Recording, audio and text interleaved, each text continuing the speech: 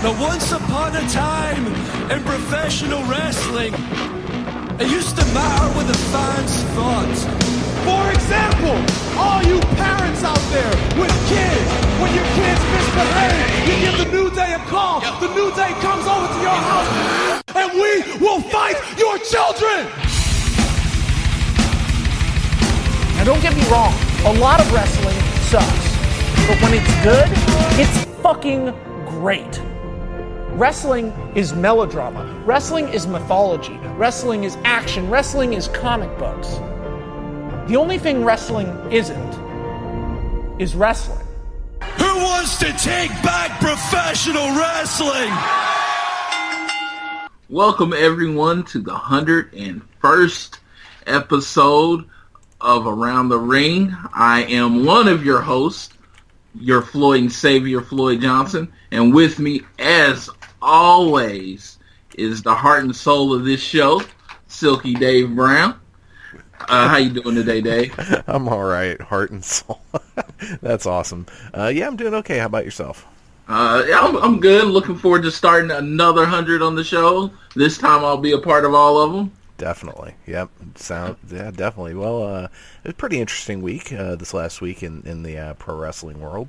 Yeah, for the first time in, I'd say 3 years, or 2 years at least, I bought a pay-per-view actually on TV. I hadn't done that in a very long time. Yes, this last Friday night, Ring of Honor held their Best in the World pay-per-view. That's one of their bigger shows. Would you say it's kind of on the level of SummerSlam-ish for them, or more Money in the Bank level? Man, yeah, I would go with, it's their SummerSlam. If you're gonna say, what is their WrestleMania? I don't know. The Final Battle.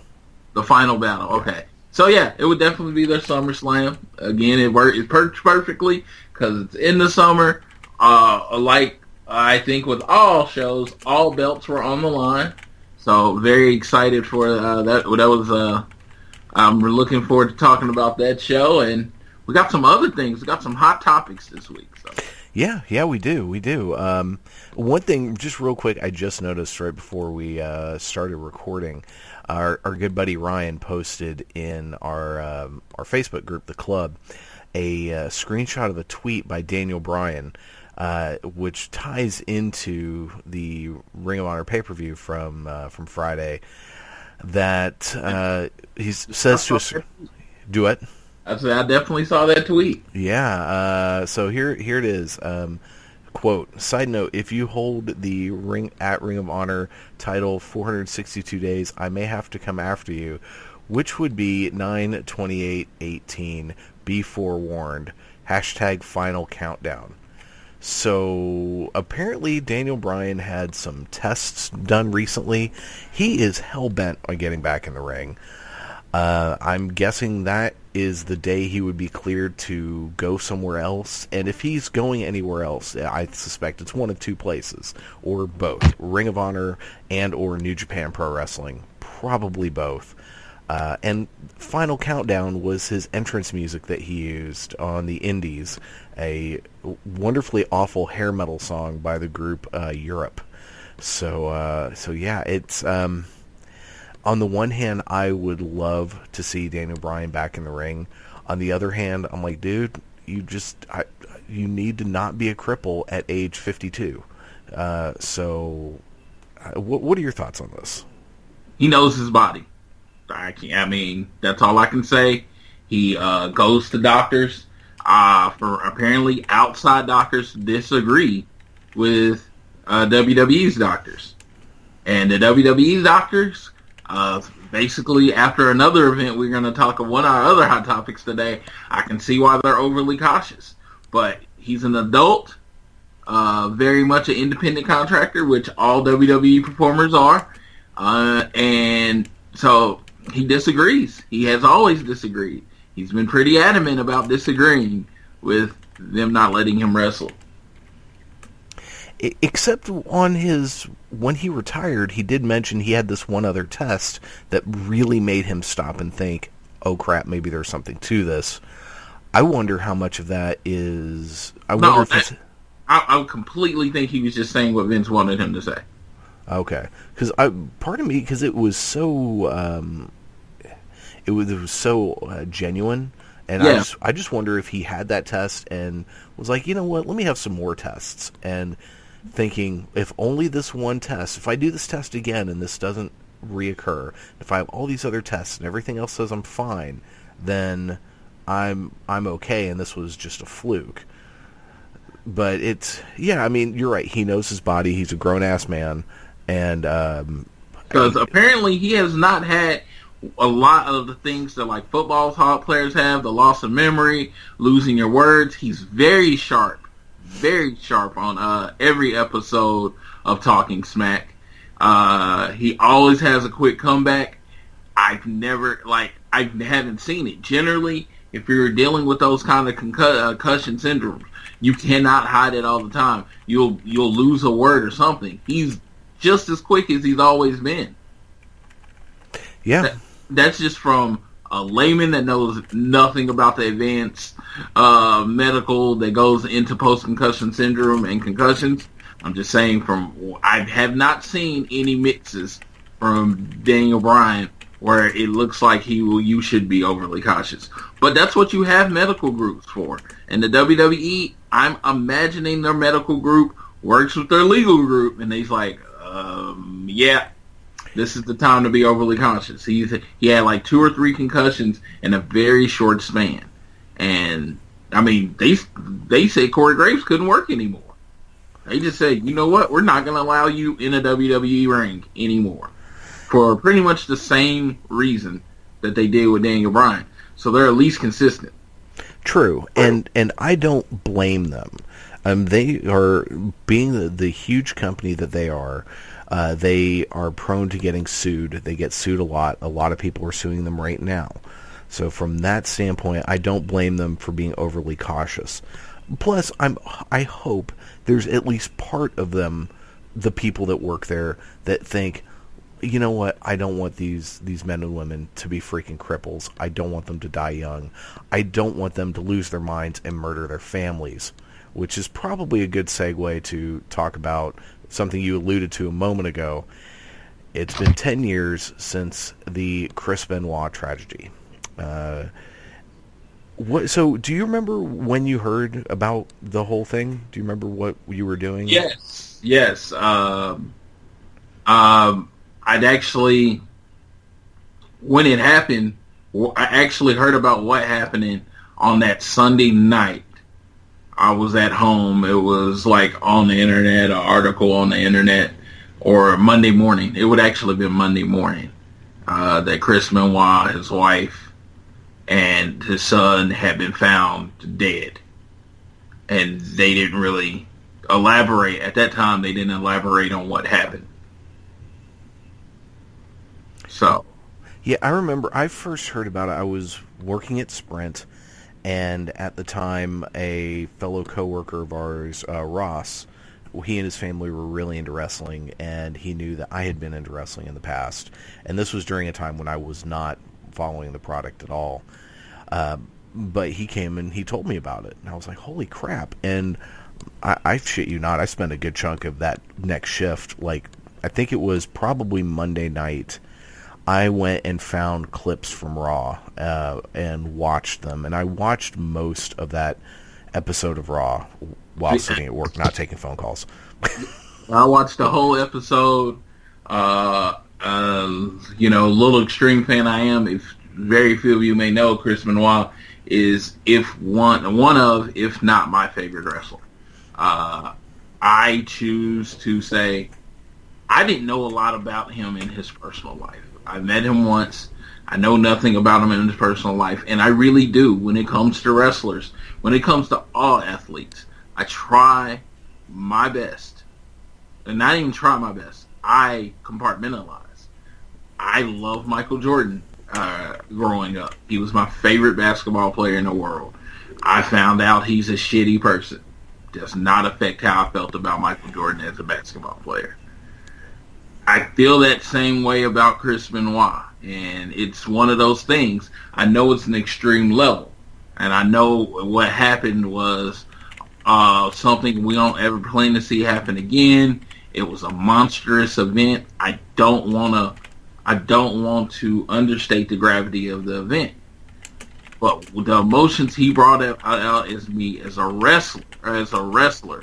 The events I showed, the moment at WrestleMania 20 when he finally became champion, the SummerSlam a few months later when he was the person he put Randy Orton over clean for his first title. I can't forget those moments. Those are moments that brought me great joy. And yes, I feel bad. And yes, I didn't want that to happen to Nancy and their son. Of course, that was a monstrous act. But again, after all the things that have come out afterwards about him having the degenerative brain disease, having brain damage, having the brain of an 80-year-old man, I have never been affected by brain issues. So for me to pretend like I understand to the point where, was he lucid? Was he not lucid? Did he know he was doing it? I have no clue.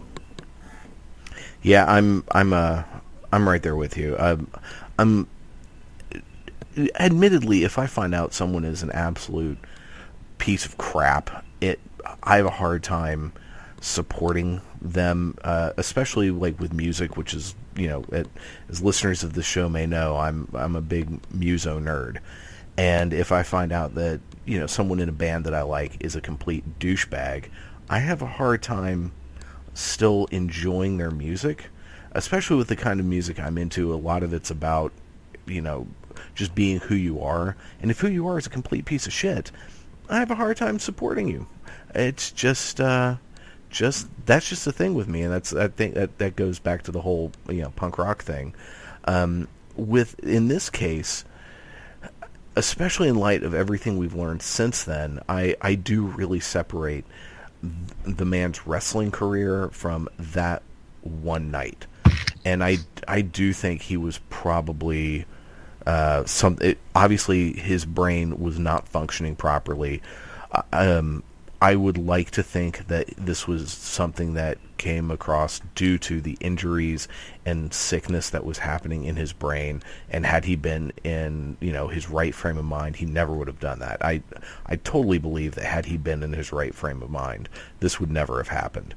And you find out like later on in life, he had been married and had a previous kid. You had heard, they did all their research, of course, because he was a monster, of course, as the media said, and they pulled up everybody from his past. And if you notice the timeline, he was sweet, gentle, blah, blah, blah.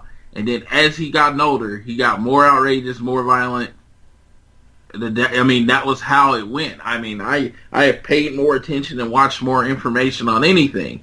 And it's just, the way it was broken down, especially on Nancy Grace, who was really going after him. It was broken down that, if you were watching it and you weren't looking for her overall agenda, you would see as his life got past her, he got more violent.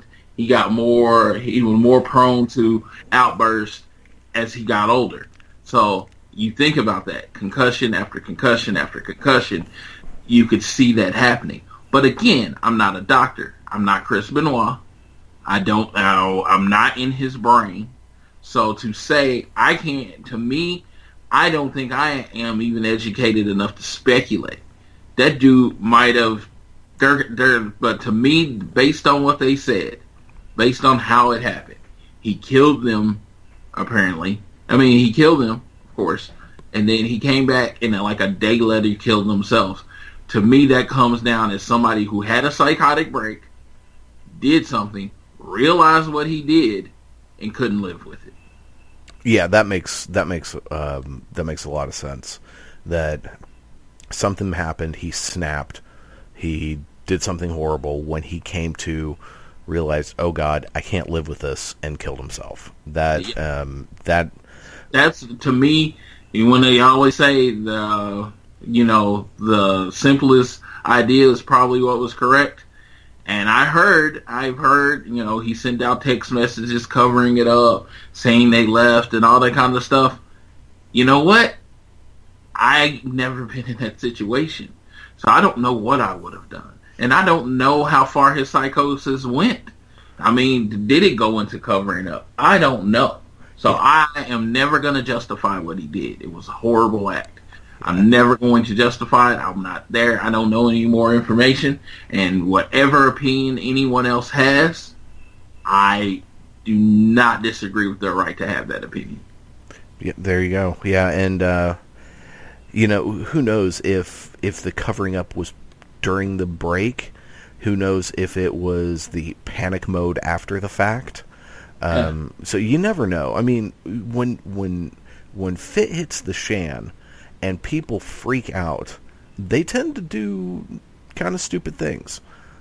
So I could completely see coming out of a break, a psychotic break, and looking around and going, "Oh fuck, what did I just do?" The initial fight, flight, panic reaction of "I've got to cover this up," kicking in. I mean, who knows? No one will. We'll never know. And we could hopefully we'll never be in a situation like that. It was a horrible. I don't bang my head on a mat for a living. Exactly. So I'll never understand it. I would probably talk to someone. I mean, if people want to understand it, talk to someone that has post-concussion syndrome or this. But the advanced nature of his syndrome, the advanced nature of it going untreated, apparently he had 40 to 50 concussions over his life, and he had never been treated for concussions. He had never had brain scans done or anything because wrestling was different back then. Oh yeah, so completely untreated. So. Well, you think about the era that he came up in. I mean, he worked in Japan where they're stiff as all hell. He worked in ECW during one of the craziest parts of that company's existence, doing insane stuff. He worked in WCW, probably the safest portion of his career. And then when he was in WWE, that ended up being the end of the Attitude Era and during the Ruthless Aggression Era. And there were chair shots galore during that time. I mean, just, straight up. Shot to the head was commonplace. Exactly.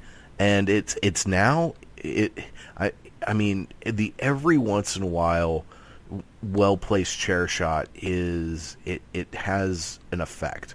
But now you go back and you watch some of that, or even you see one in a match, and I don't know about you, but I really cringe. Because I'm like, oh man, guys, it's not worth it. It's just... And now, granted, in the idea of you're in a fight, if you are in a fight and you've got a chair, what are you going to do? Wait to hit someone across the shoulder blades or smack them in the head? You're probably going to smack them in the head. So from that standpoint, it always gets kind of unrealistic when people wait to hit the chair shot on the back, or they hit you in the gut, but the part of the chair that hits you, they're holding with their hand. Just like Triple H when he uses his sledgehammer, as he holds the end of the hammer and shoves his hand into your gut. It's like, I'm sure it doesn't feel good. It's also got to hurt his hand, but that's a whole other story. One thing I did want to talk about with this is that Raw was fascinating. Yeah.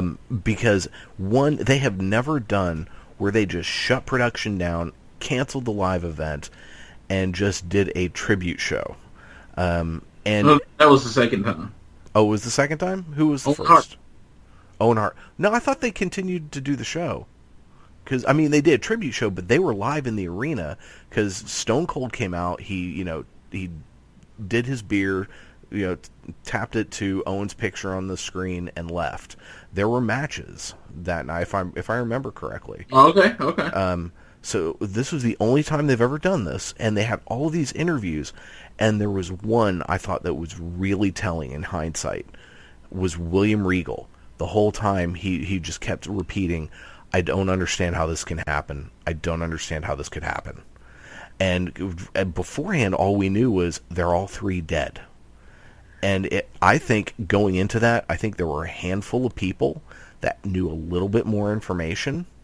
Probably Vince, and it sounds like Regal, because just his reaction, if knowing what we know now, and his interview, because all the other interviews were like, oh man, this guy was my close friend. He was amazing in the ring. He was blah, blah, blah, just praising him. And Regal, just the whole time, was shaking his head going, I don't understand how this could have happened.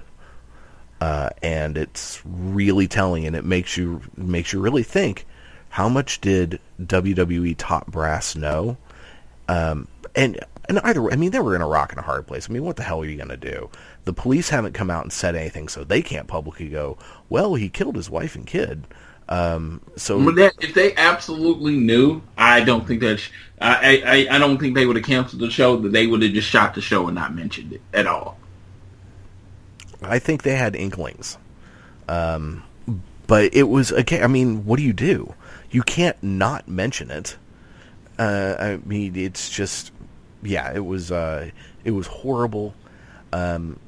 It doesn't take away from the fact that I go back and I watched that match when he won the championship, finally, beating Shawn Michaels and Triple H in that triple threat match, one of the best triple threat matches I think of all time. That was incredible. That moment where Eddie Guerrero comes out to the ring and they hug, that was awesome. That Royal Rumble he was in leading up to that was fantastic. The 60.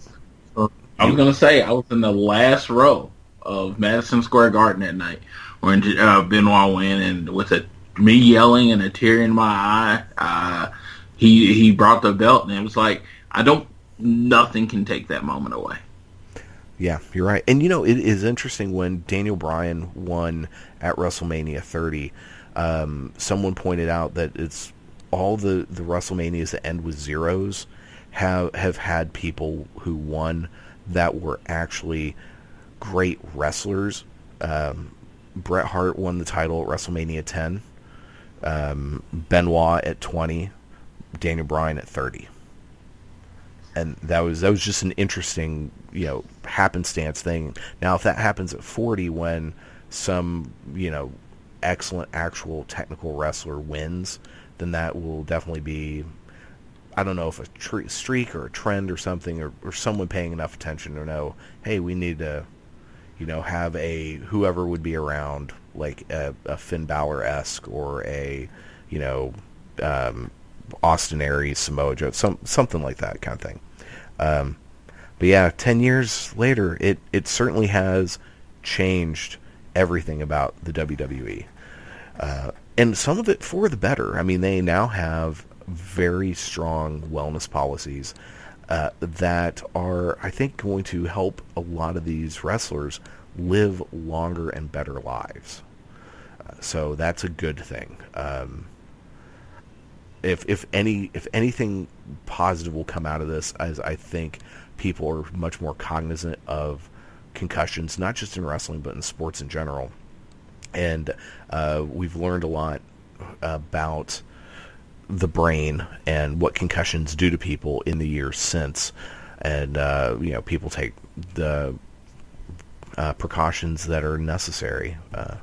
So Daniel Bryan, if/when you do walk into a Ring of Honor ring, please, no diving headbutts. Let's just get that out of there. Just stop that mess. To be careful, man. You got a kid, and as fans, we love you, and we don't want to see you crippled and dead. We would rather be able to go, man, that guy had a great career, and he gets to go live the rest of his long life, than to see you turn into what some of these poor guys have turned into. So, yeah, I was gonna say, don't wrestle 300 days a year. I've always said, to me, the WWE could keep their physical style, could have never changed anything if they just left the people work less. That is correct. I agree wholeheartedly. Like, they work too much. That's going to always be my opinion. I know WWE is a business. I understand it. They work too much. Agreed. Yeah, they work way, way too much. You do TV, and you do one Raw house show, one SmackDown show. They have the rest of the week off. I guarantee you there's less injuries. Yep. Yeah, they need to, they've got to, I've said for a long time, they got to cut back on house shows. They do too much crap. Yeah, that's what I say. One TV. Well, you do Raw, you do SmackDown. They both do a house show on Saturday and Sunday. So they're Yeah, so like Saturday you do a Raw house show, Sunday you do a SmackDown house show, you do Raw Monday, SmackDown Tuesday. That's your week. Yeah. There you go. You can go as hard as you want to because your body actually gets time to rest. Head chair shots had to go. No, don't get me wrong. Head chair shots had to go. Yeah, 100% agree. Yeah, I was going to say, if you want to do one every now and then to really pull the emphasis of a feud, I could actually understand that, but that's it. I mean, 20-some-odd head chair shots that The Rock laid on Mankind, that is a thing of the past that no one should ever do again, shouldn't have done then. I absolutely, like I said, head chair shots had to go. I mean, as cool as they were to see, it wasn't good. It wasn't good, but we're looking at it as a new generation. People got to understand, if they work less, especially with so many shows, especially with that they have NXT, and they have all these different ways to rake revenue, if you just do less house shows. Yeah. And like I said, I don't know how that would do financially. I don't know how that would do as far as paying the wrestlers. It just feels like it would be more special. I would be more willing to go to an Oklahoma City house show if I know I'm going to get their best instead of this generally watered down vanilla versions that you get during house shows. You can tell they're holding back. Yeah, and house shows used to be a time where they experimented. Yeah, but and I don't blame them for not, because house shows don't mean anything. They mean nothing.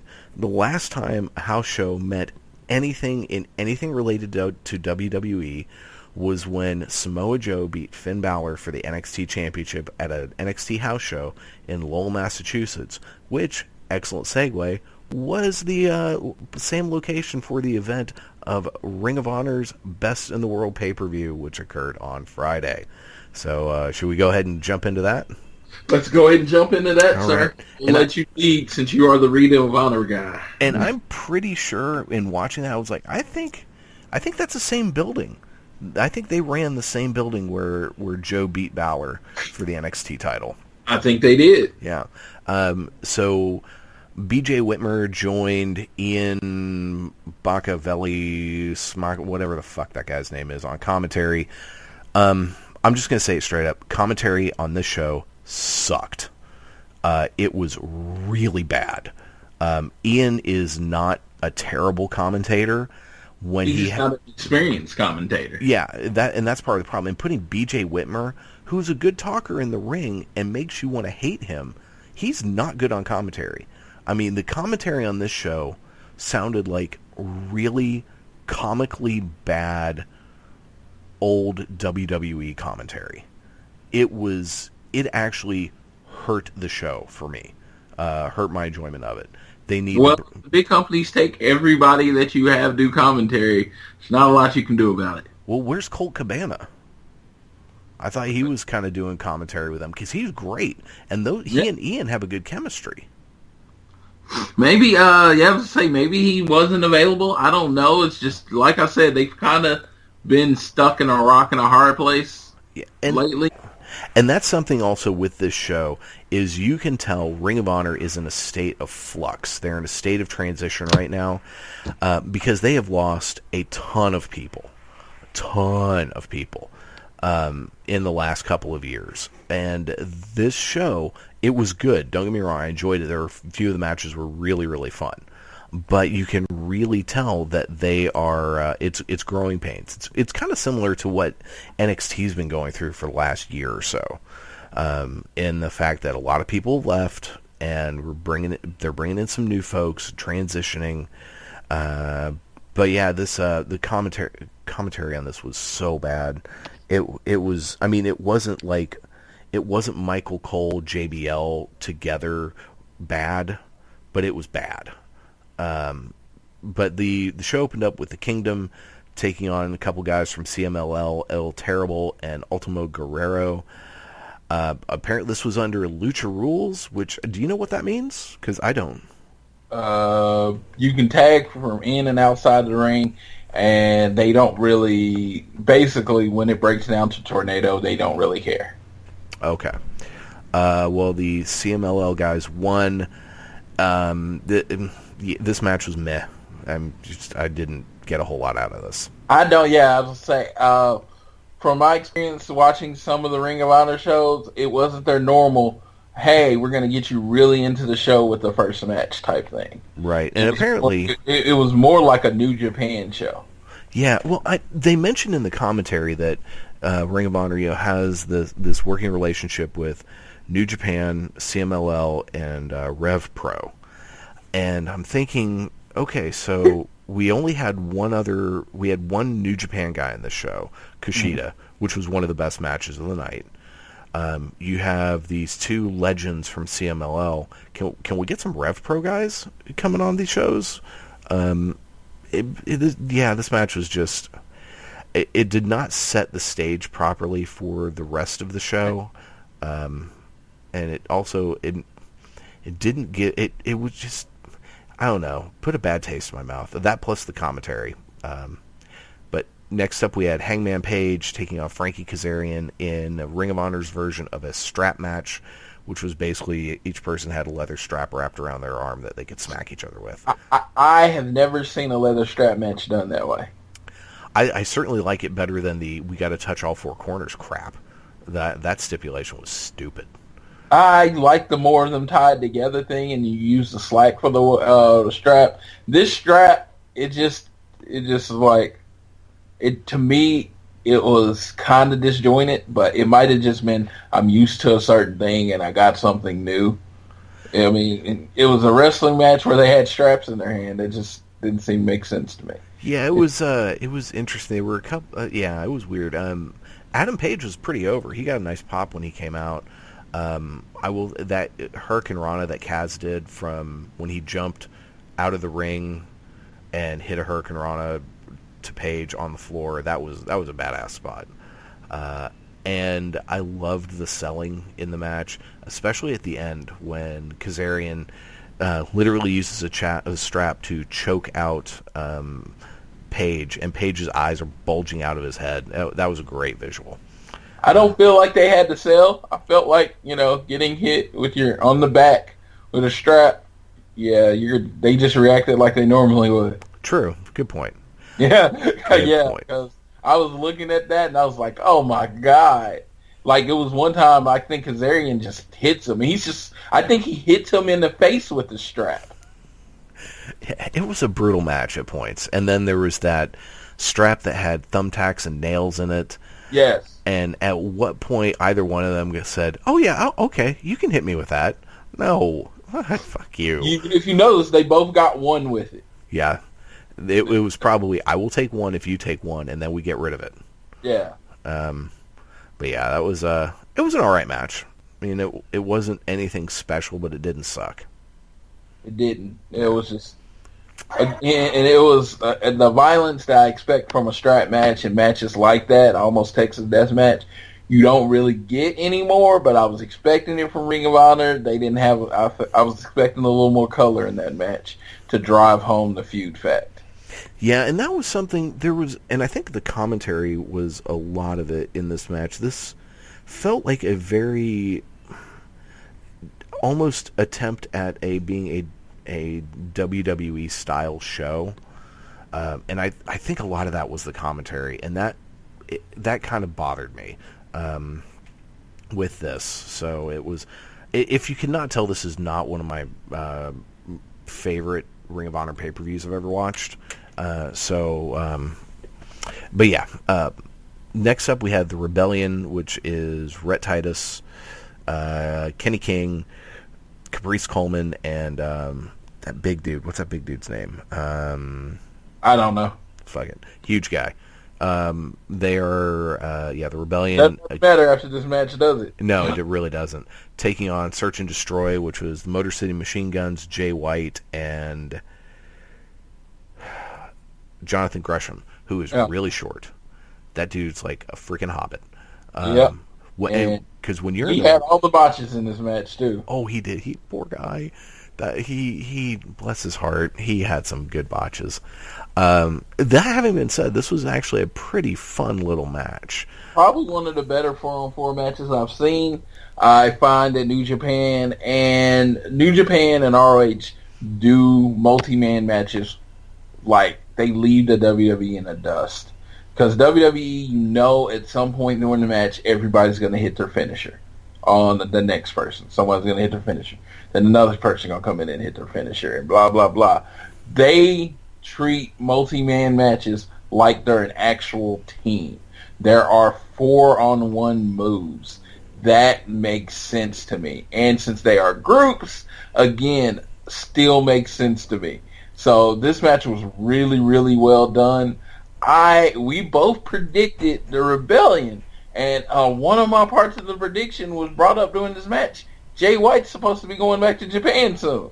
So I was like, why would they keep a group together that's about to kind of break up anyway? Yeah, I feel like there has to be some kind of heel turn coming. Otherwise, it doesn't make a lot of sense. Well, here's what I wonder. I wonder if that basically the Rebellion can essentially kick out the big guy, and the other three can say, you know what, we hate Ring of Honor anyway. We're not going to follow by your rules. We're just going to do what we want. Here's our new name. Okay. Because unless there's some kind, unless someone in the Rebellion's leaving, which, man, if Ring of Honor loses anyone else, that's because they haven't brought in a whole ton of people. So if they lose anyone else, they're really going to be struggling. Now, granted, if next September, if a certain Bryan Danielson shows up, all bets are off. Everything changes for them. My hope, and like I said, I don't even know if he'd do it at this point. It would be great to have Daniel Bryan versus CM Punk for the ROH title. Oh my God! And that would, if the two of them showed up, that would seriously move the needle for Ring of Honor. They are two guys who I think would be big enough draws that would bring enough eyes on that product to really make a difference. Whether or not Sinclair would capitalize on that, I don't know, because I get my observation with Ring of Honor is, and I think a lot of people have echoed this, is that Sinclair really doesn't give a fuck about it. It pays for itself, essentially, and it provides very cheap content for them for their stations, and that's all it is to them. They give it enough money to keep going, and it basically pays for itself, and beyond that, they don't have any desire to make it anything bigger. Yeah, because you can just tell by the production value. You think Sinclair's this big company that, you don't have to add a lot to improve the production value of Ring of Honor. But let me just say this. For me, the production being what it is, to me, makes it so much more, makes me want to watch it more, and it separates it from the WWE. Oh, I agree. I wouldn't want... The production value that I would make it better would be, there are little things that they could do, but I love the fact that it feels independent. I would like to get another camera because we missed a lot of crap. Yeah, and some better editing, and better when they do. And WWE does way too many replays, but I do like how when they do a replay, they're it's like picture in picture. So if Ring of Honor could do that with their replays on their pay-per-views, that would be kind of nice, because that way you can kind of keep an eye on both things. But anywho, so yeah, the Rebellion lose Search and Destroy, which is, as we mentioned before, who they are. They win. We'll see what happens. But this was a fun match. It was a good match. Next up was Silas Young versus Jay Lethal. And this feud is definitely not over. Lethal got the win, and then Silas Young and Beer City Bruiser just beat the utter crap out of him afterwards. And something else telling that made this feel WWE-ish to me is later on at one point, I think it was B.J. Whitmer even said, well, we've heard from the back Jay Lethal's been taken to a local medical facility.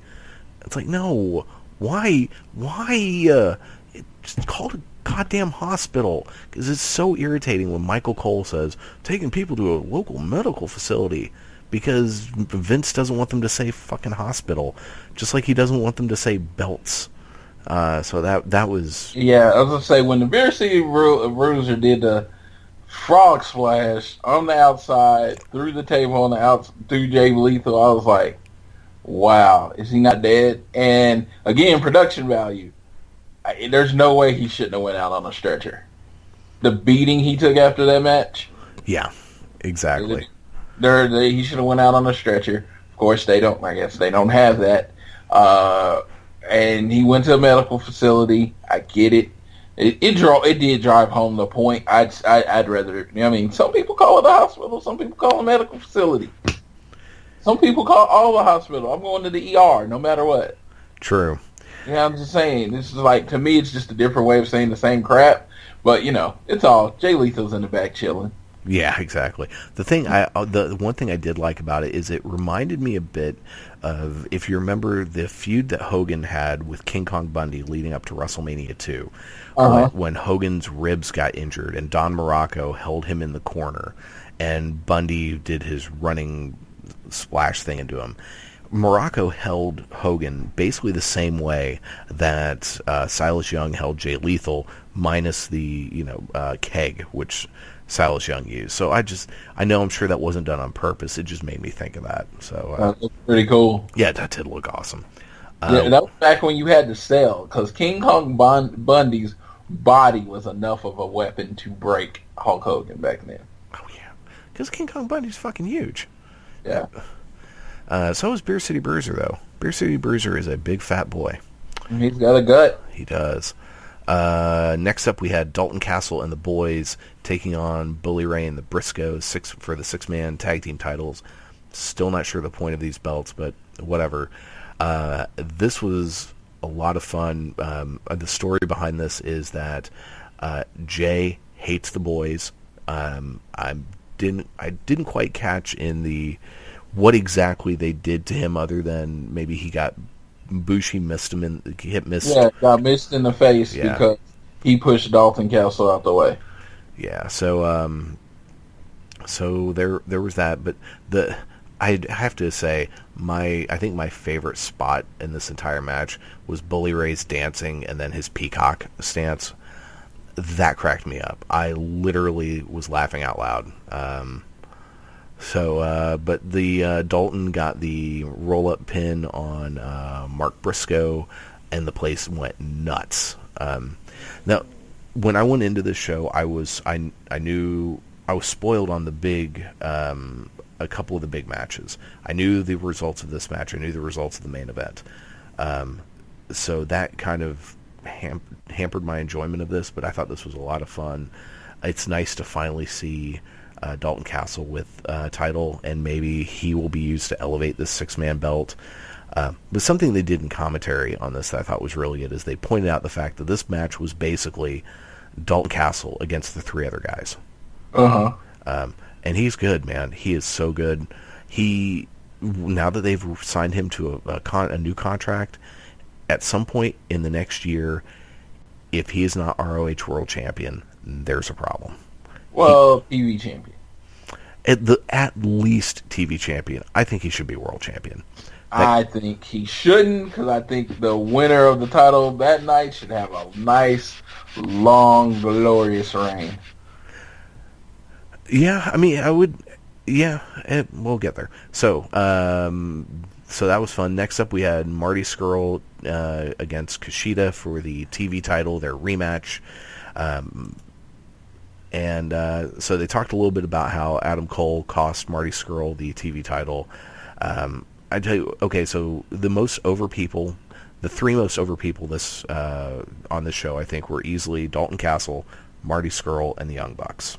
Yeah, and I don't think it was even close when it came to Marty Scurll. I mean, you look out in the crowd, and everybody's wearing a Bullet Club shirt, but then you notice that most of those Bullet Club shirts say Villain Club on them.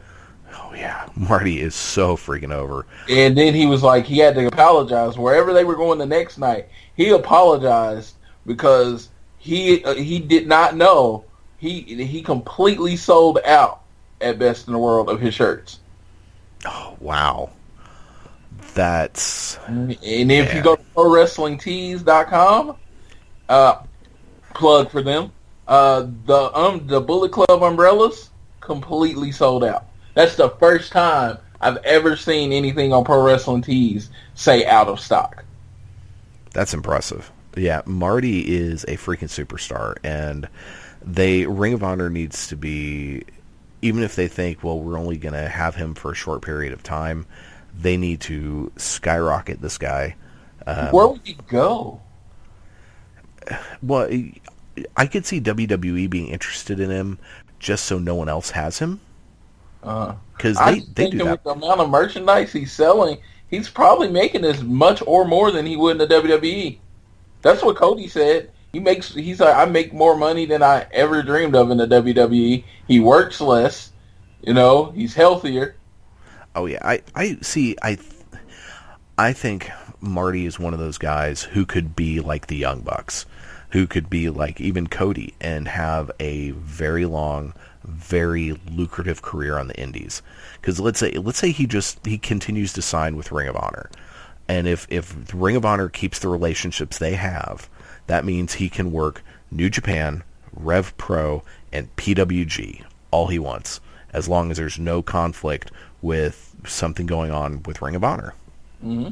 So why not? When you are selling... That's what I'm saying. They don't run a lot of house shows. No. Well, okay, so the thing with Ring of Honor is, I think at this point they film everything that they do, but most of it's up on their video on demand, because their weekly television, to me, truly has more to do with trying to get you to go to their live events. Yeah. Then it's very much the way things worked in the 80s. The TV show was to get you to go to the live events. And now the live events are to try to get you to watch the TV show, especially in WWE. So Ring of Honor has a very old school way of doing it, which makes it really frustrating when you try to actually follow that weekly show. And I don't know enough about how their on-demand service works. I don't know if it's like a flat monthly fee like with the WWE Network and you just get all their on-demand stuff. And if that's the case, if it's not too expensive, I will look into doing it at some point. But there's not a lot of information on their website to really figure out how the fuck that works. And then there's been talk about there's content maybe showing up on New Japan World, which if it does, then that will lean me toward getting New Japan World at some point.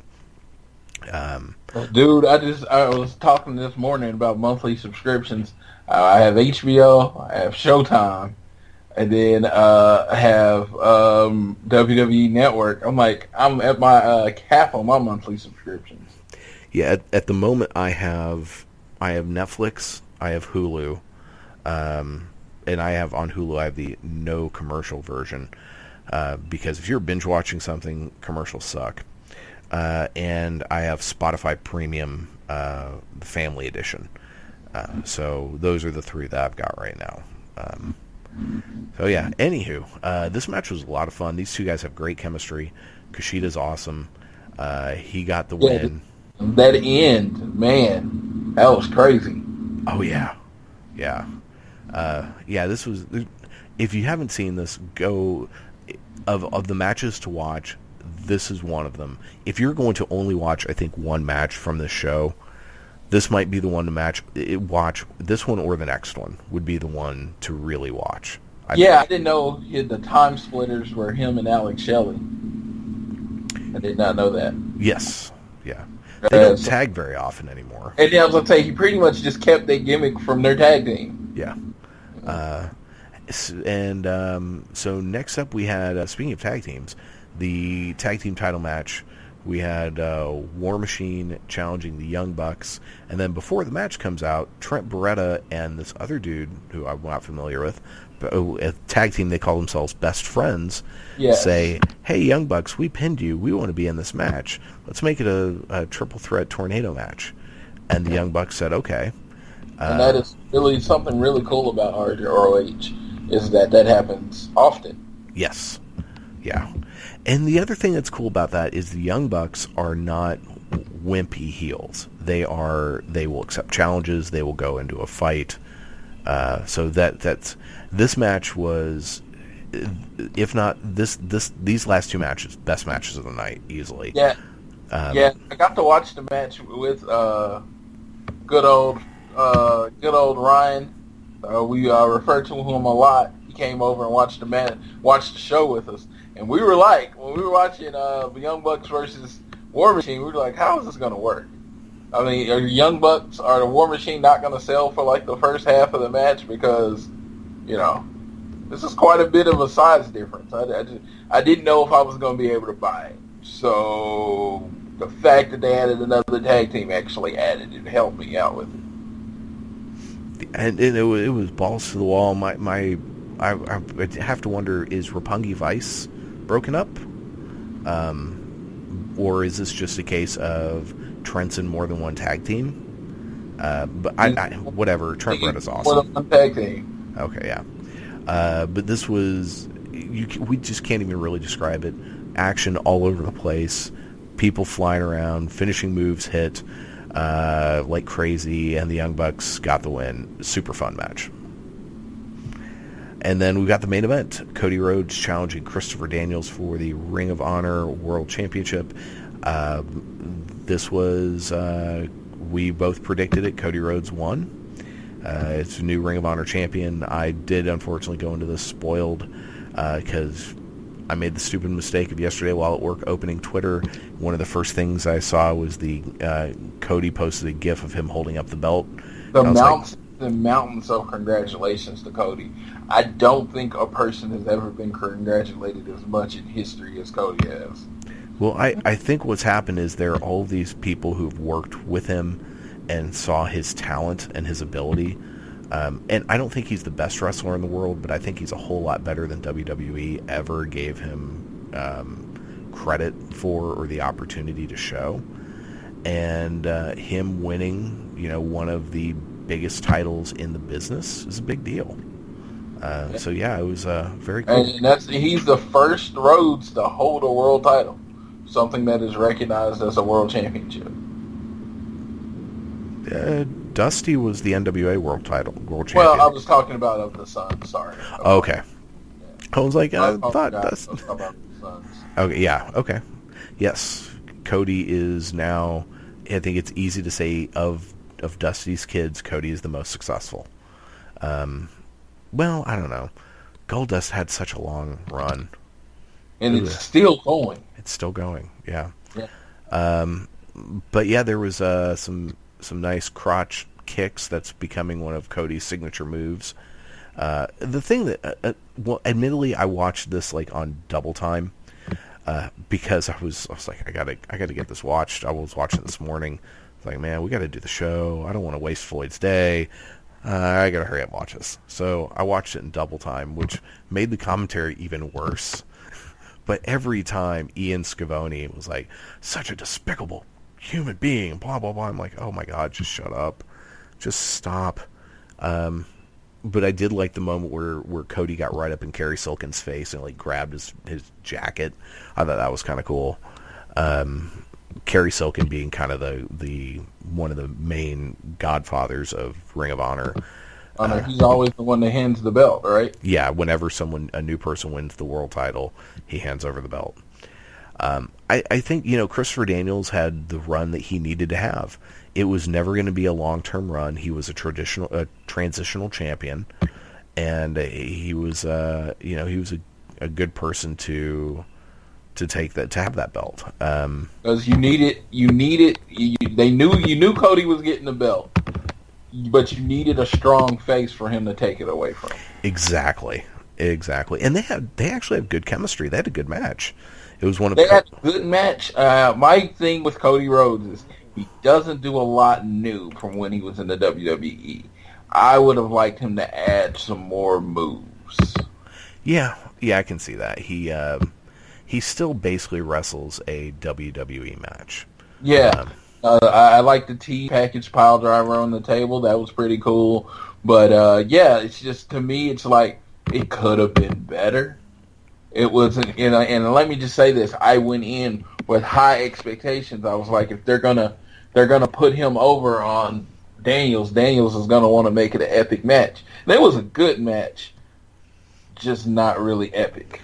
Right, and to be fair, I think Cody Rhodes, is a guy who is talented, but he's not great. He is really good. And I think this is about as good of a match as you're going to get out of him. Now, what will be really interesting to see is what his match against Okada is like. Can Okada get Cody Rhodes to a great match? And if anyone can, it's Okada. Okada.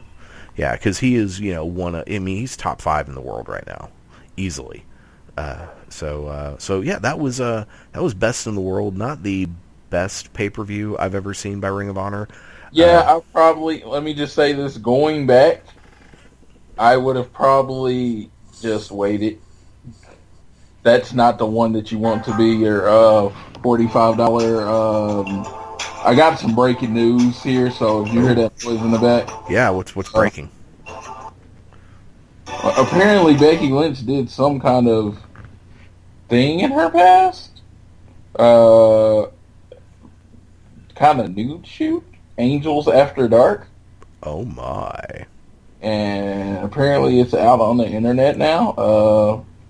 Noel just sent me a link to it, and I was like, I was trying to turn the volume off to see was it salacious or anything, and it's her in a bikini. I don't think she actually gets bad in it, so that's good, because I don't want anything to hurt her career. But yeah, it was just weird. It just seems like, I guess it's making its round around the internet now. Ah. Yeah, so I don't. Again, anything you've ever done in your past and it's on the internet is there forever. Exactly. So, unfortunately, with our divas, when they're broke, and so, first of all, let me say this. Women posing nude, there's nothing wrong with it. They shouldn't have to apologize for it or anything like that. They do, it's their bodies, they do what they want with it. I want to make sure that is stated. But that being said, a lot of people do things when they're younger for money that they not necessarily, if they had money, they necessarily wouldn't do. Right. So, and it's just like, whereas someone like me and you, are pretty much, our big mistakes are generally in our memory. Their big mistakes are being played out for millions to see. Yeah, and most horny fanboys. Yes, and really, she shouldn't get in any trouble from WWE, considering there was a time this company was pushing their ladies to go pose for Playboy. Yeah, and it was kind of funny, but there was the NXT, that one women's show. They found out the chick was 7 foot tall, and they found out she had done fetish porn or whatever, and they kicked her off the show, and it was just like, to me, that's only going to do anything to bring fans in. It's not going to be like, oh, she once did this a long time ago, let me hate her for it. Exactly. Yeah. Well, so breaking news here on Around the Ring. Yeah, I'm on a group chat with Noel quite often. We send links, he sends me stuff to cover. It's just and generally like this kind of stuff, we like to let their private lives be private. This wasn't private. This was a online video she did that was sold. So, for me personally, if I was to watch it, I wouldn't feel bad because she was paid for it. It is a product she knew would be out there. Yep, there you go. All right, so I guess we should talk a little bit about WWE. The week in wrestling. Yep, so there was some fallout from Money in the Bank. Mostly that they're going to redo it next week. Yeah, which, you know what? We're going to go a little out of order. We'll talk about SmackDown first, I think. To me, I jump to conclusions because, to me, that's how you watch TV. You react to what you see now. I'm not going to react to what I may see next week. I react to what I see now, right? Right. What I saw now was bullshit. What I saw now was Carmella getting stripped of the title. To me, it was you can't take a match with no rules and then make rules. Yeah. Yeah. And yeah, we have a person in our group, Ryan, who absolutely hates Daniel Bryan, his voice, his face, and everything about Daniel Bryan. So he was, of course, he took this opportunity to tell how much he hates Daniel Bryan, which is okay. You can hate who you want to hate. But in this case, it was just like, what? It's like, to me, if they don't do like some kind of lawyer gimmick, that makes to me, that's, we're losing out on some of the heel heat you're building with Carmella, because if you watch SmackDown, she got the loudest heel pop of the night. Her and James Ellsworth got the loudest heel pop of the night, and it wasn't even close. And if you know me, I follow Carmella. At WrestleMania 31, I met her at an airport. We were on the same flight. I was not airport stalking. We were on the same flight, and she was just nice to me, and she has remembered me ever since then. So she is one of the few people I've ever said I am a fan of hers because of how nice she was to me and how nice she was to other fans. So I've always rooted for her, Carmella. So when she finally made it, I thought she got called up from NXT early, personally. So when she finally makes the roster, I mean, crickets for months. She was a face, crickets. She was a heel, crickets. The whole James Ellsworth thing, she started getting reaction. And I felt like people were more reacting towards James Ellsworth. But in a perfect sense, WWE can always change. But her winning the Money in the Bank, she has now become the top female heel on SmackDown. Yeah, and I think what they need to do on Tuesday, she needs to win it again, and it needs to be something dastardly. Maybe freaking Ellsworth comes out in a dress or something. I mean, that would actually be cringeworthy. But a situation where he doesn't get the briefcase, but he stops someone else from getting it. But yeah, she needs to win it, and it needs to be dastardly. And she needs to continue with that heel heat, because it was for all the arguments about the history and the moment, blah blah blah blah, and having the first women's Money in the Bank, having a dude pull it down was kind of weird. Not gonna lie. Dude, I thought it was, like I said, it was the ultimate. Out of the 5 people, she was the one that needed it. Oh yeah, she needs that win. She definitely needs it. I mean, it solidifies her forever. It was a perfect way to end it. Not many times can you really shock me. And when I brought it up on the show, it was more of, I shoot your shit. I say, like, I generally try to say storylines that I don't think would actually happen. So I was surprised that what I thought might happen actually happened. There you go. Exactly. So with that, it's pushed Carmella in a level that, honestly, she could have won 20 matches in a row. And 20 matches as a heel in a row, and it didn't push her as fast as that one moment. And if your purpose in wrestling is to get a reaction, is to make the crowd feel, nothing did more than that. Exactly. So I mean, anybody else grabbing it, you would have just got you would have got a pretty decent feel good moment with Becky, but no, she went super over with that one. Yeah. So then on Raw, we had a stare down between. Oh, I'm sorry. We had a couple sightings on SmackDown. Okay. American Alpha, they actually live. Chad Gable answered United States Champion Kevin Owens' open challenge to any resident of, where were they? Ohio? Somewhere. Yeah, I saw bits of that match. What I saw of it was really good. Yeah, or any resident of the city in Ohio.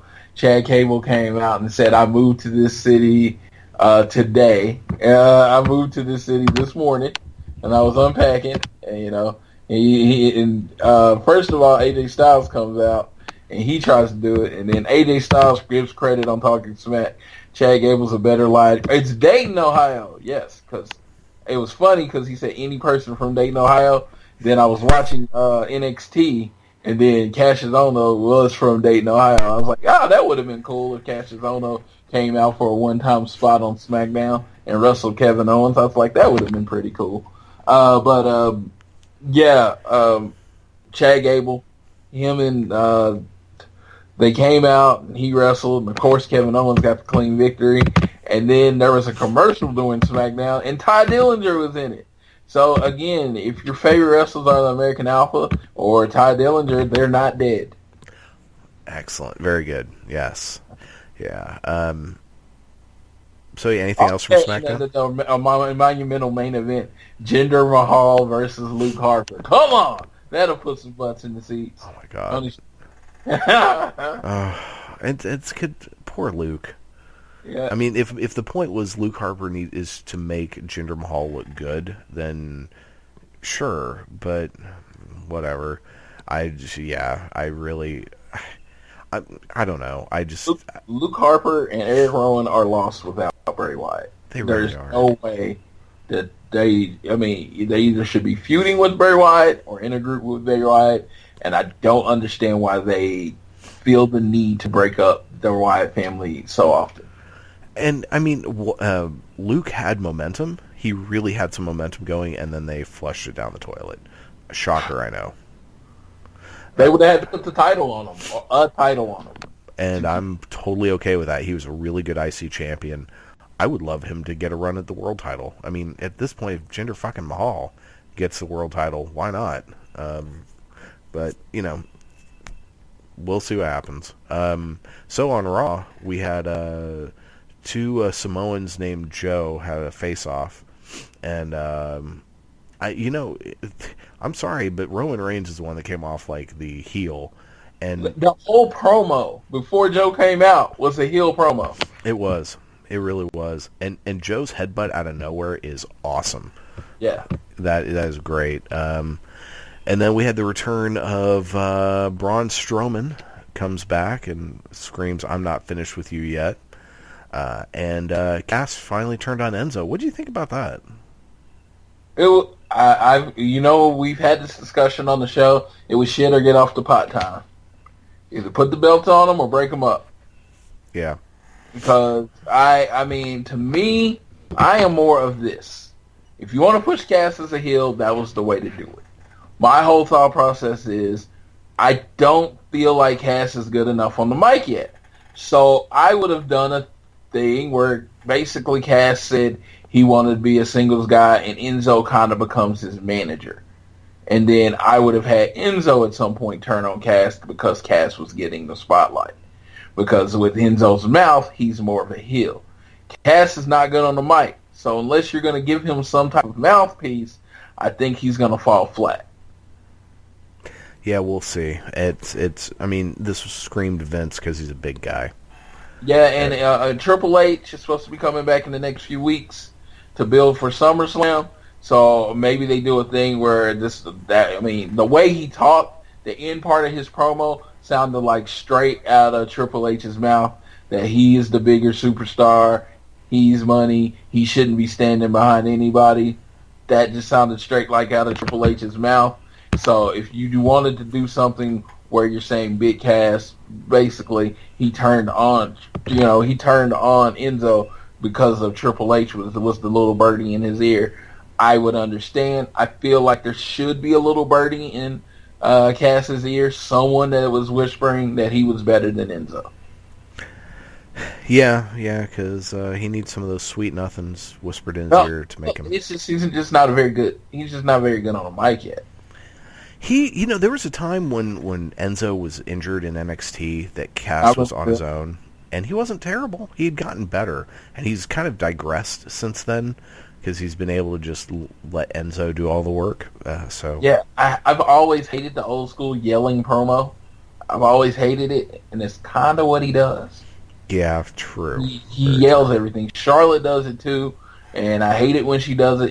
It's a pretty much. You can do it, but you should, you save it for the actual emotional moments where yelling is actually needed. It's just like when you start off the promo yelling, you're just yelling at that point. I thought Arn Anderson did a really good job of that back in the day, of staying calm, never raising his voice. But then when he got pissed, he yelled, So I felt like that's something that could be worked on with other wrestlers. Yeah, good call.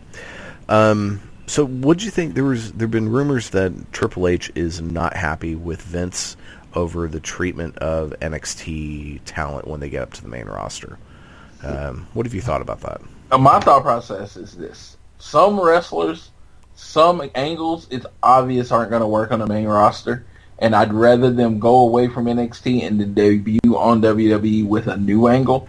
The biggest person I say was Bo Dallas. They did Positively Page.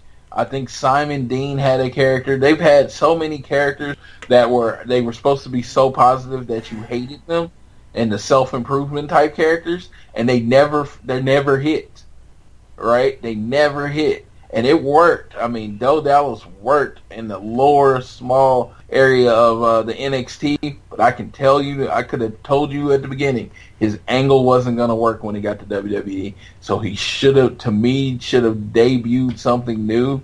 I'd rather him use his real name personally, or something like that. The fact that he's a third-generation wrestler, and they could have put a lot more behind him, former NXT champion. No, they had him debut. He walks out of NXT as Bo, and he walks into SmackDown or Raw as Bo, and it didn't make a lot of sense. So some characters you got to change. You gotta adapt. Some people, like the American Alpha. American Alpha is a great tag team, right?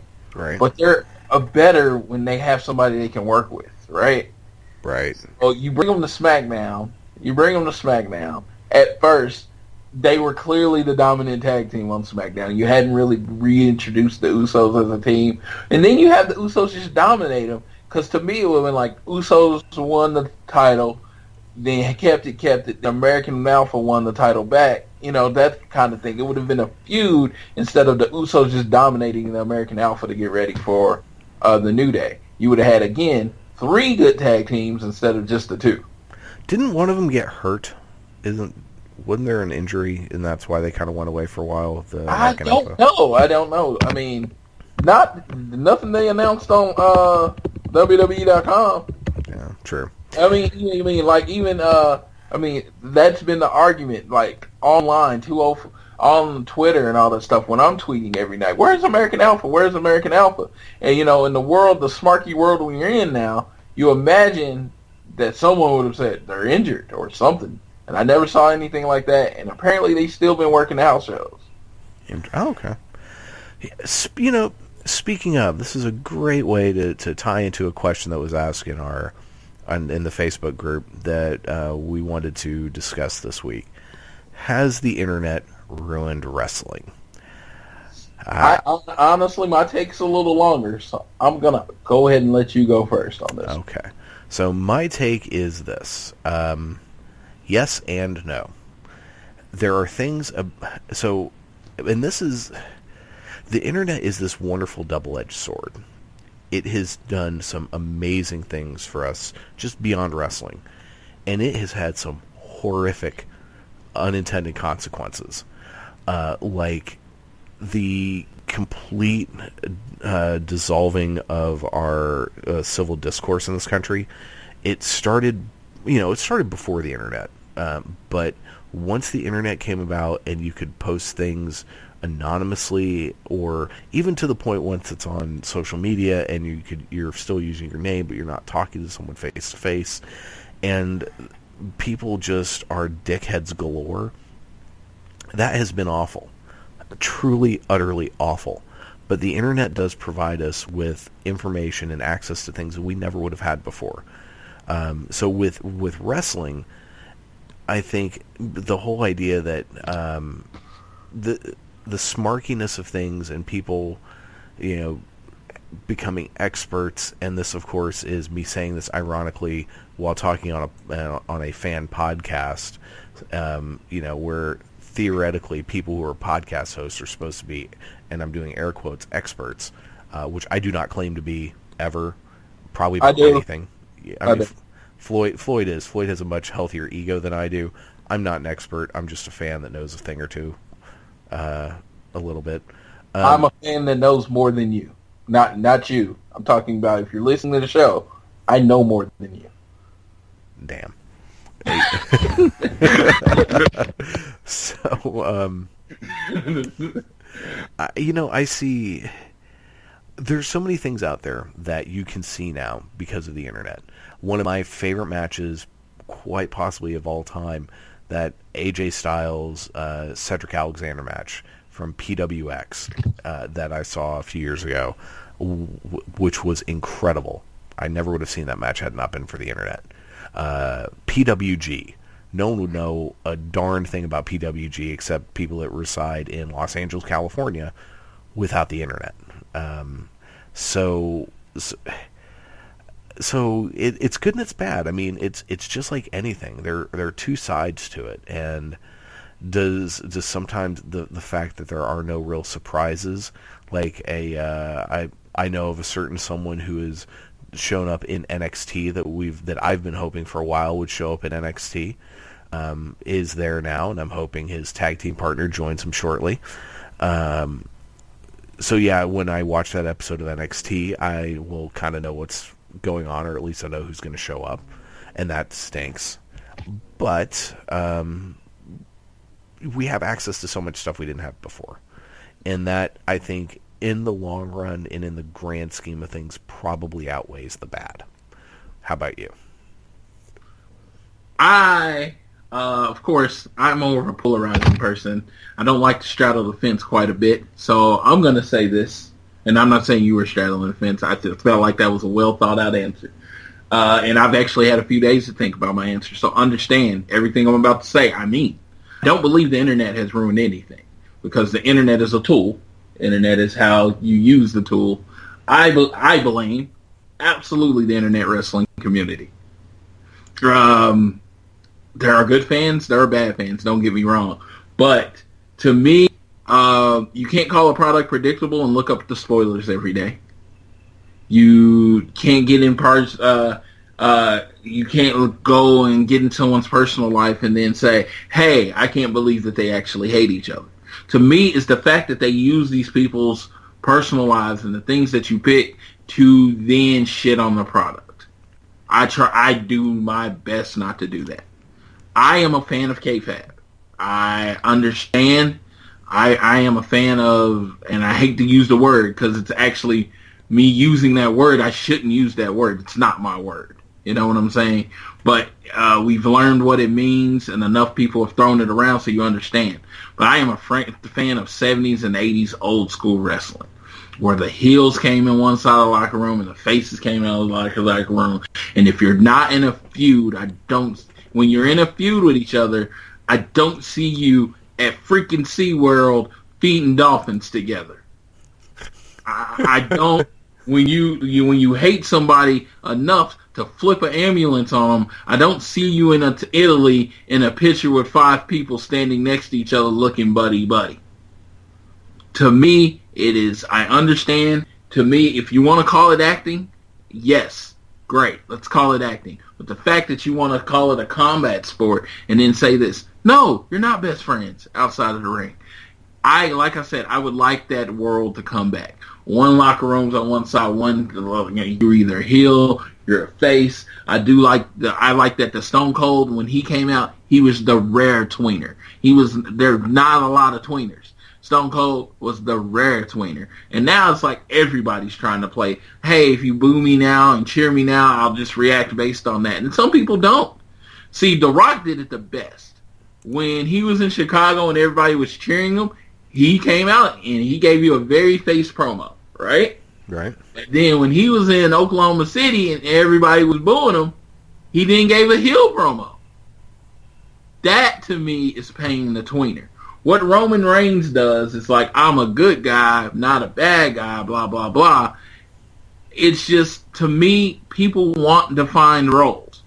And like I might be saying, okay, in one argument, don't do it the old way, and then saying, hey, don't do it the new way either. I don't know if I'm doing that. If I am, call me out on it. I'm good with that. But Roman Reigns is like, he's something we've never seen before at this point. Because last night, Monday night, he came out and he cuts a heel promo. And it's like, oh my God, that was a heel promo. And I'm reading it on the internet wrestling community. But yeah, for me, I have had to unfollow people. I've had to take certain sites out. Like the NXT spoilers from this week, I only got one. And then once I got that one, I had to unfollow the person. I understand you're on Twitter. I understand you're going to post pictures from when you're at the page. I completely agree, but I can't follow you because of it. I have to take you out of the people I can see, because to me, I control what I see on the internet. So if I want to not be, I don't think you can ever be spoiler free and be a part of the internet wrestling community at all. But you can limit your spoilers. I can honestly say my spoilers are, I get enough spoilers when I have to get on Twitter when I'm doing the posts, but I'd say I go down about 20%.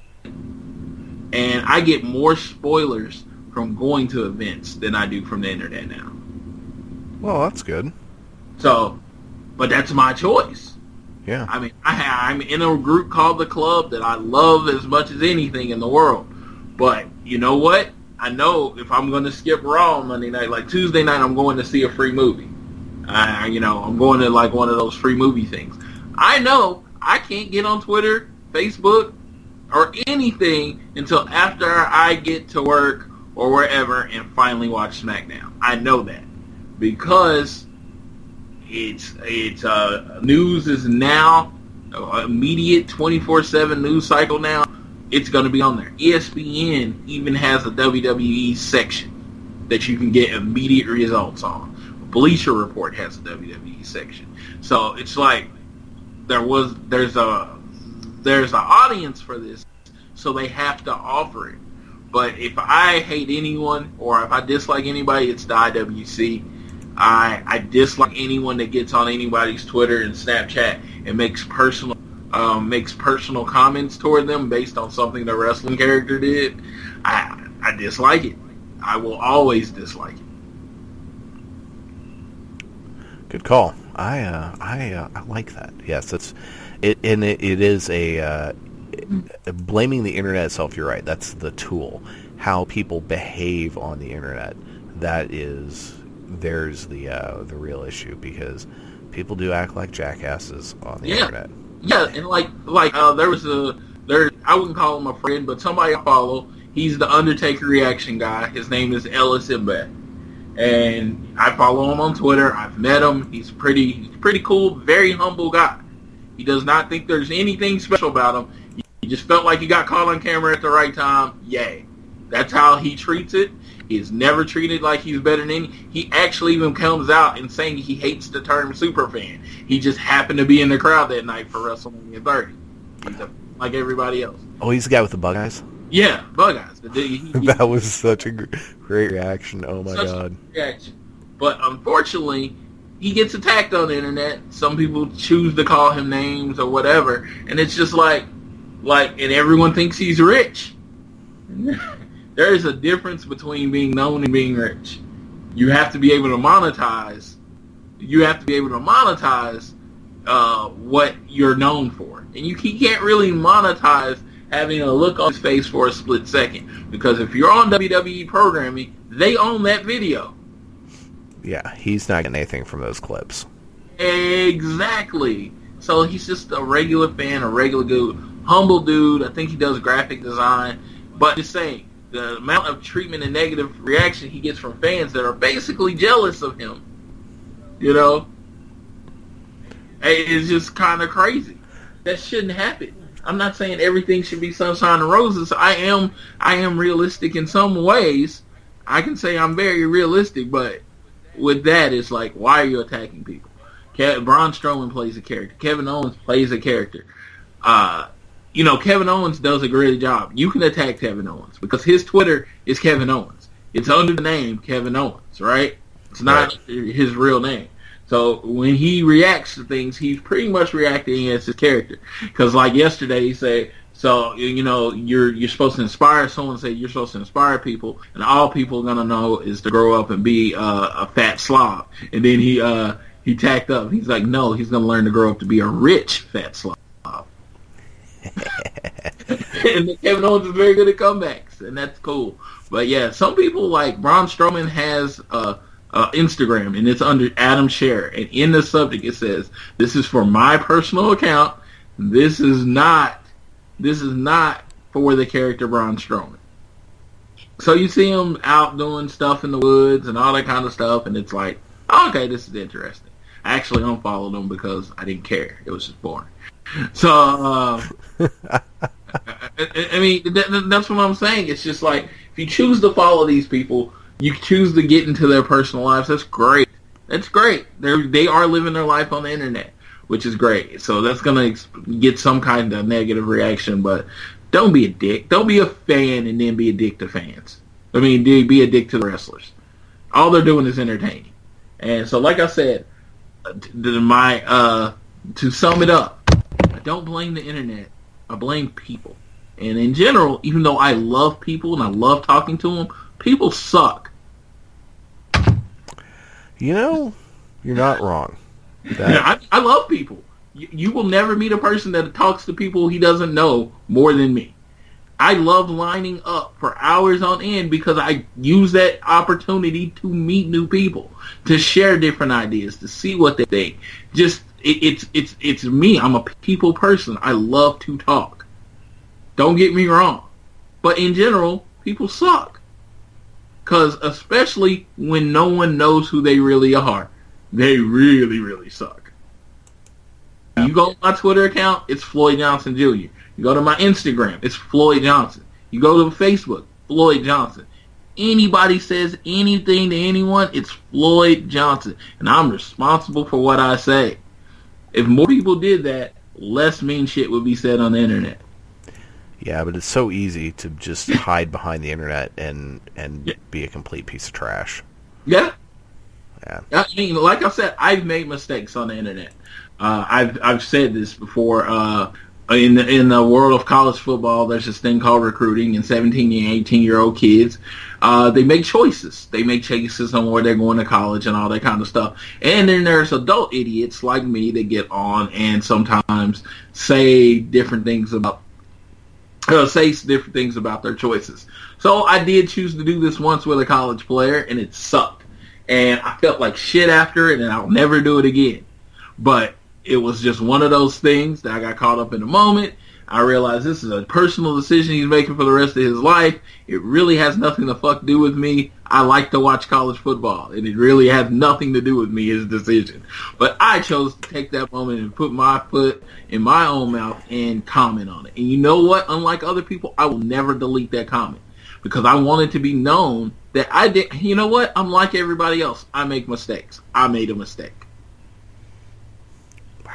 See, I wish more people could learn from your mistakes and could follow your lead. Unfortunately, there's just not that much awesomeness to go around because it's all collected in our Floyd and Savior, Floyd Johnson Jr. Well, yeah, it was like I felt like shit afterwards because I was like, dude, I shouldn't have posted that. And I almost went back and deleted it, but I'm like, no, I'm not going to delete it because it did happen.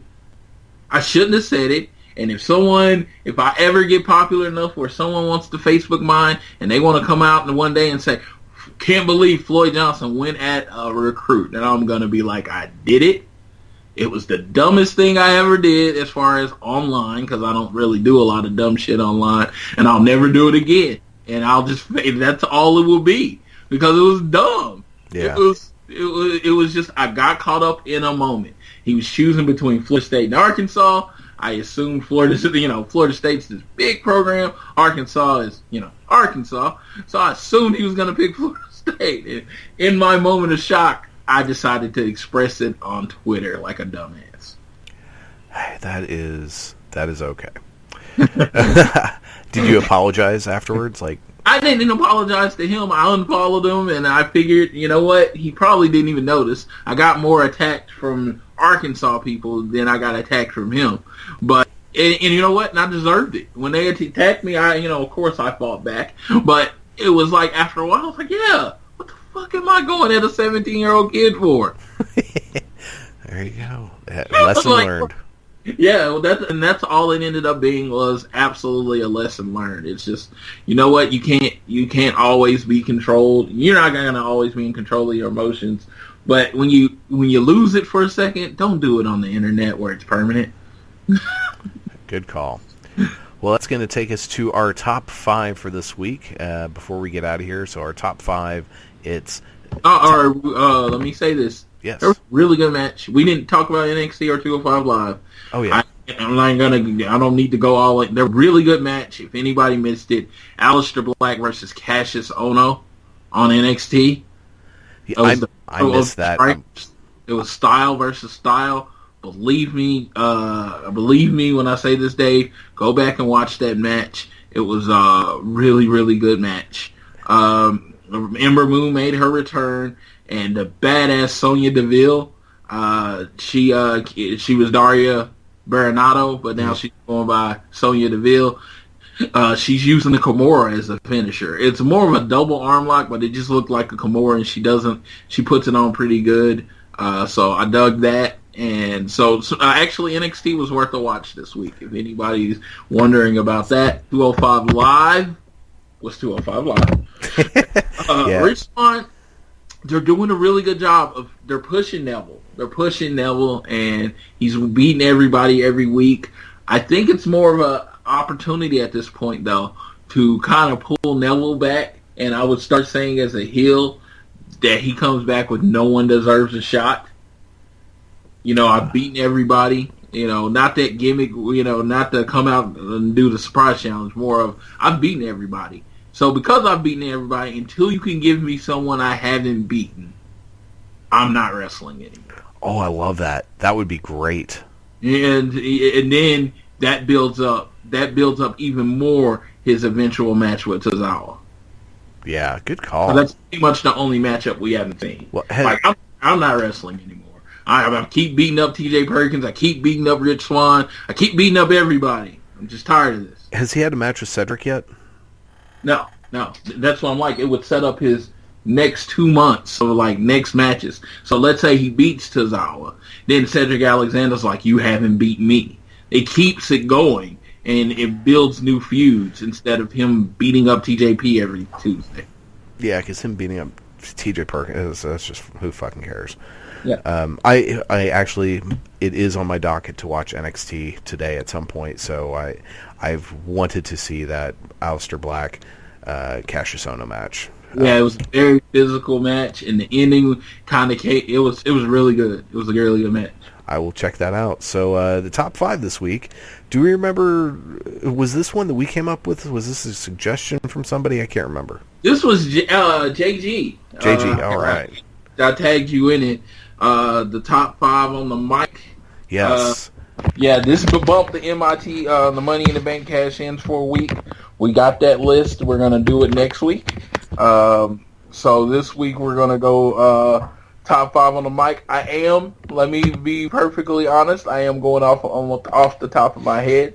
So if I do miss anybody and I come back next week with oh my God, I can't believe I missed that guy. That's why. And I have no problem doing this. Again, wrestling expert. Do you have a JG's list? Yeah, I'm pulling it up right now. I'm scrolling down to it. Listeners, give us 1 minute while I get to there. Yeah, then this is the caveat on this list is people currently in the WWE. So no Rock, no Stone Cold, no Punk, none of that. People on the actual current roster that are active. So yeah, I don't remember when he put this up because I keep scrolling down. I'm not getting there. And I remember tagging you in it. Yeah, let's see here. And he even marked it as top 5 idea. If y'all didn't know this, because this also came from the club, at one time, Xavier Woods and Tyler Breeze were a tag team. And one of our members, Ray, he posted an old school picture of it, he's rocking the afro and Tyler Breeze, and they're wearing the matching tag team outfits, and that's kind of cool. And it's especially cool because over the last few weeks, we did have Zongo tag up with, we had him tag up with the New Day, and that was really cool because they basically said someone said that would never happen. We also got another top 5 suggestion for top 5 gimmick changes. So find the mic one.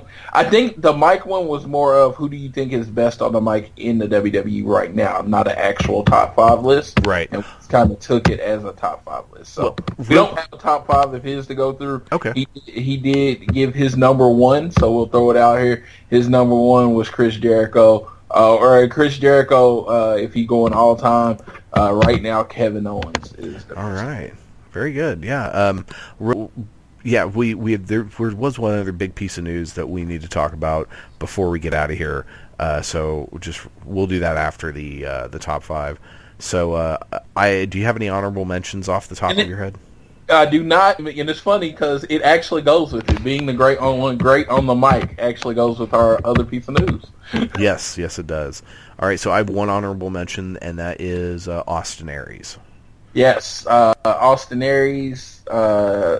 He's not on my list. Just off the buzz of my head, he's not on my list. But what he does, how he's very much in that line of what I like. He never really raises his voice on promos. Yeah, it's very much a cool, calm type thing. How he does on the announcing. So when he does get to that point, if he ever raises his voice and truly shows anger, it will drive home the emotions of that moment. Exactly. All right, who do you have at number 5? Number 5. I just had it now. Bray Wyatt, definitely. All right. Bray Wyatt he's the one of the guys, from what I understand, writes his own promos. That was a big thing. They give him the subject, where to go with it, and he writes his own promos. And I'm I feel like he has to have help because the imagery and the foreshadowing that goes into his promos is so good. It just feels like it's done by a writer. Yeah, and you know what? When I put my list together, I completely forgot about Bray Wyatt, so he is on my honorable mentions now. Yeah, because his spooky promos have gotten a little repetitive and a little boring, but he is really, really, really good. My number 5 is The New Day. Okay. Yeah. They definitely make my list later. All right. Who is your number 4? Number 4, and he is coming on as late, and right now his pro. I mean, I can't say they're memorable promos, but they're very, very entertaining. So he only makes my list over the last month or so. Titus O'Neil. Oh, very nice. My number 4, Samoa Joe. Okay. All right. And who do you have at number 3? Samoa Joe. Very good. He does this intensity that comes across in his voice every time he cuts a promo. It's like if he talks to you like that, you kind of feel like you're gonna die. Exactly. My number 3 is Kevin Owens. Okay. And who do you have at number 2? The Miz. Mike Mizanin. Yeah. Also my number 2. I was going to say the Mike Mizanin. He has, I mean, honestly, it's they said he took Chris Jericho's character. He didn't really. He's just so good on the mic. He's so loud.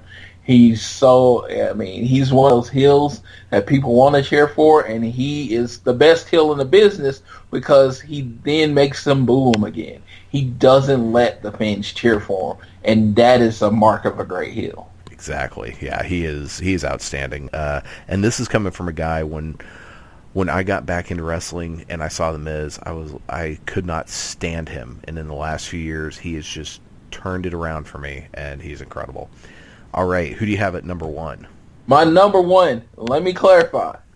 I assume I went, when I'm doing my list mentally, I just did it with wrestlers.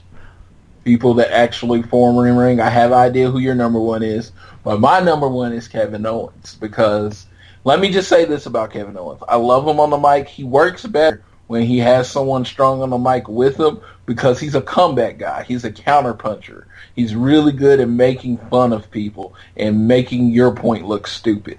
So, he does that magical. And the other thing is when he's on the announce table and he's just giving it to whoever the lead announcer is getting it. Like how you don't respect Kevin Owens.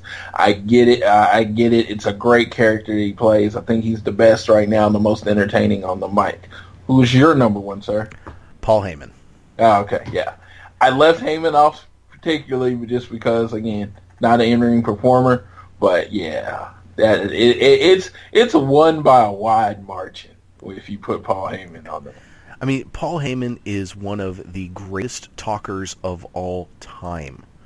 It's he is up there with Flair. He is up there with The Rock. He is up there with Dusty. He is that good. Yeah, and they know how you say old school sometimes works. He does these heel promos. And he never disparages the person that they're wrestling. You're great. You're amazing. You're a formidable opponent. My guy's just better.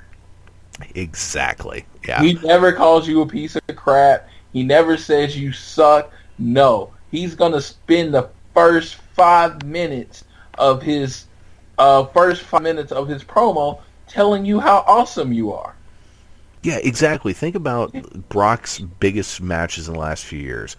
How much he put over Roman Reigns. How much he put over Finn Balor going into that Fatal 5-Way. How much he's put over Samoa Joe coming out of that Fatal 5-Way. He knows how to make it all important. You're not Samoa Joe. You're just a Samoan named Joe. I thought that was so cool. Yeah. I was like, that was funny because, again, Roman Reigns is a Samoan named Joe. It's like the way he weaves words together. He pulls on history. He pulls on the future. The moment when someone beats Brock Lesnar clean will be the moment that makes them a god.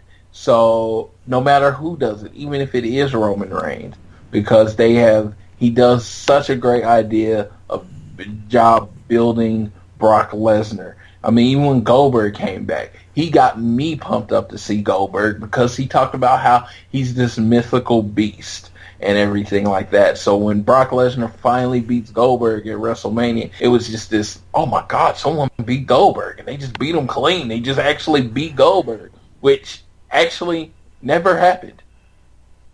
Yeah, it you're never right. happened. And like you go to all of Goldberg's losses, he lost all of his matches in his previous run, WCW and WWE, by some type of nefarious means.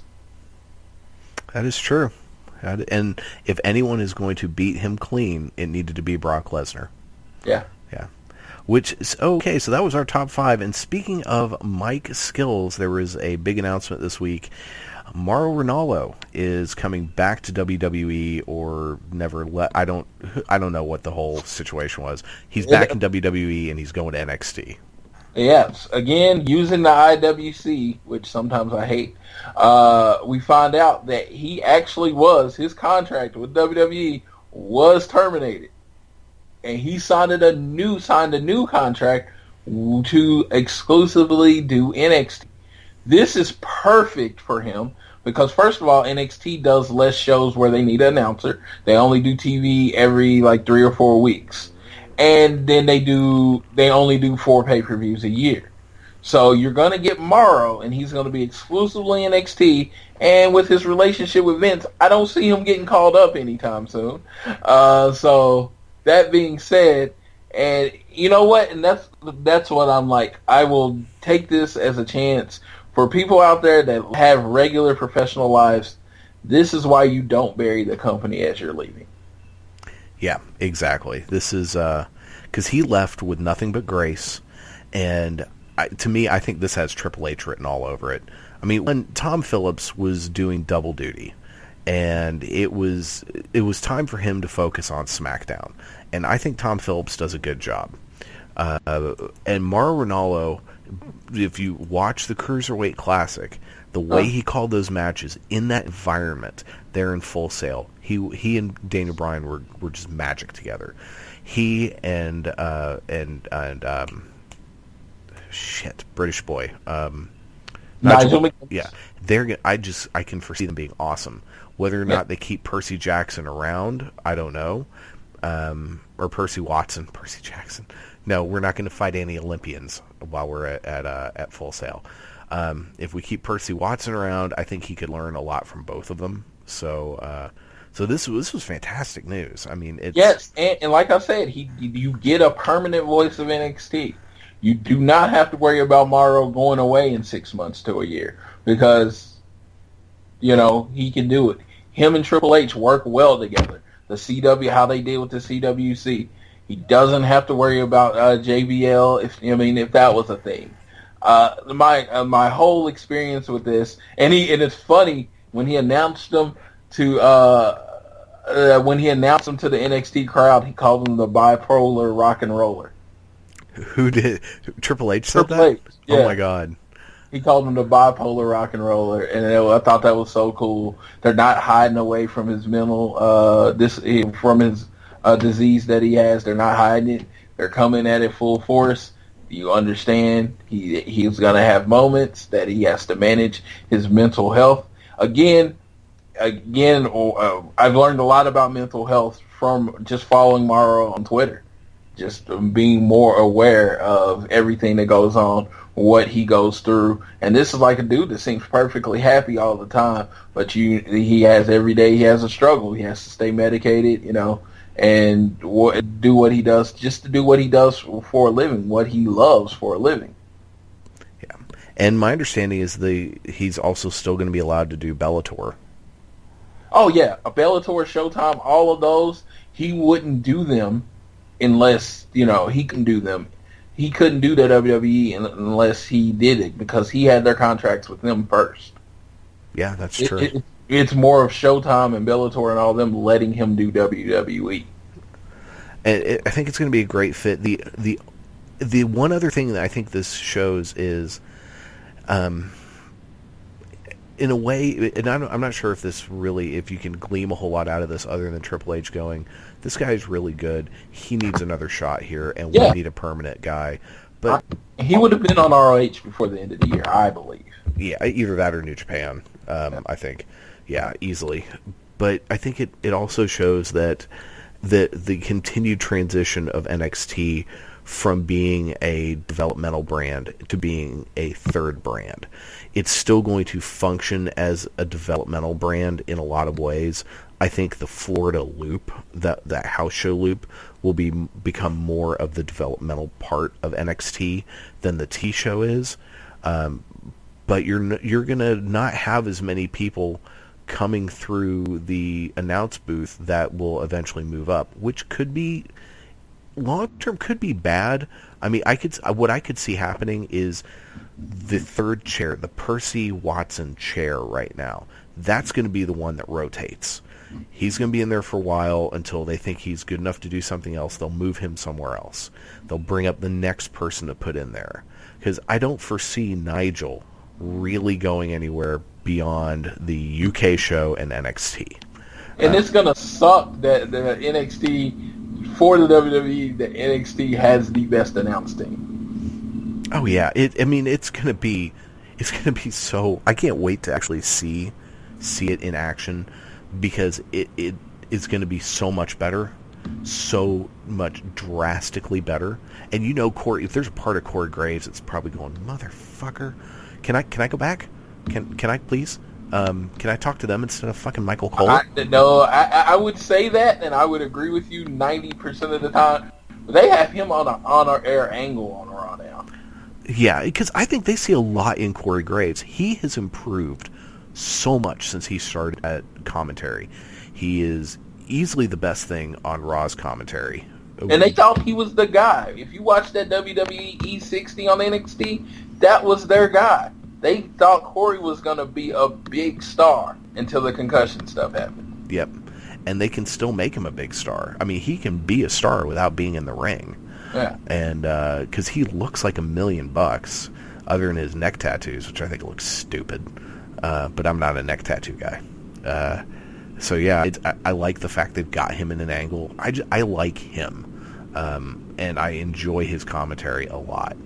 And in fact, if we could get, him and, Austin Harries and Michael Cole, the three of them together had excellent chemistry.